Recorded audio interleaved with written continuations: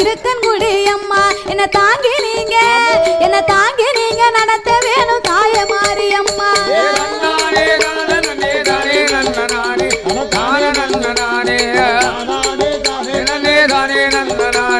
குழந்தை குட்டி குடும்பம் எல்லாம் கொண்டாடுவோண்டாயே உன்னை குழம்பு குட்டி குடும்பம் எல்லாம் கொண்டாடுவோண்டாயே கொஞ்சம் குணமுடனே நீயே எங்க குலங்கள் எல்லாம்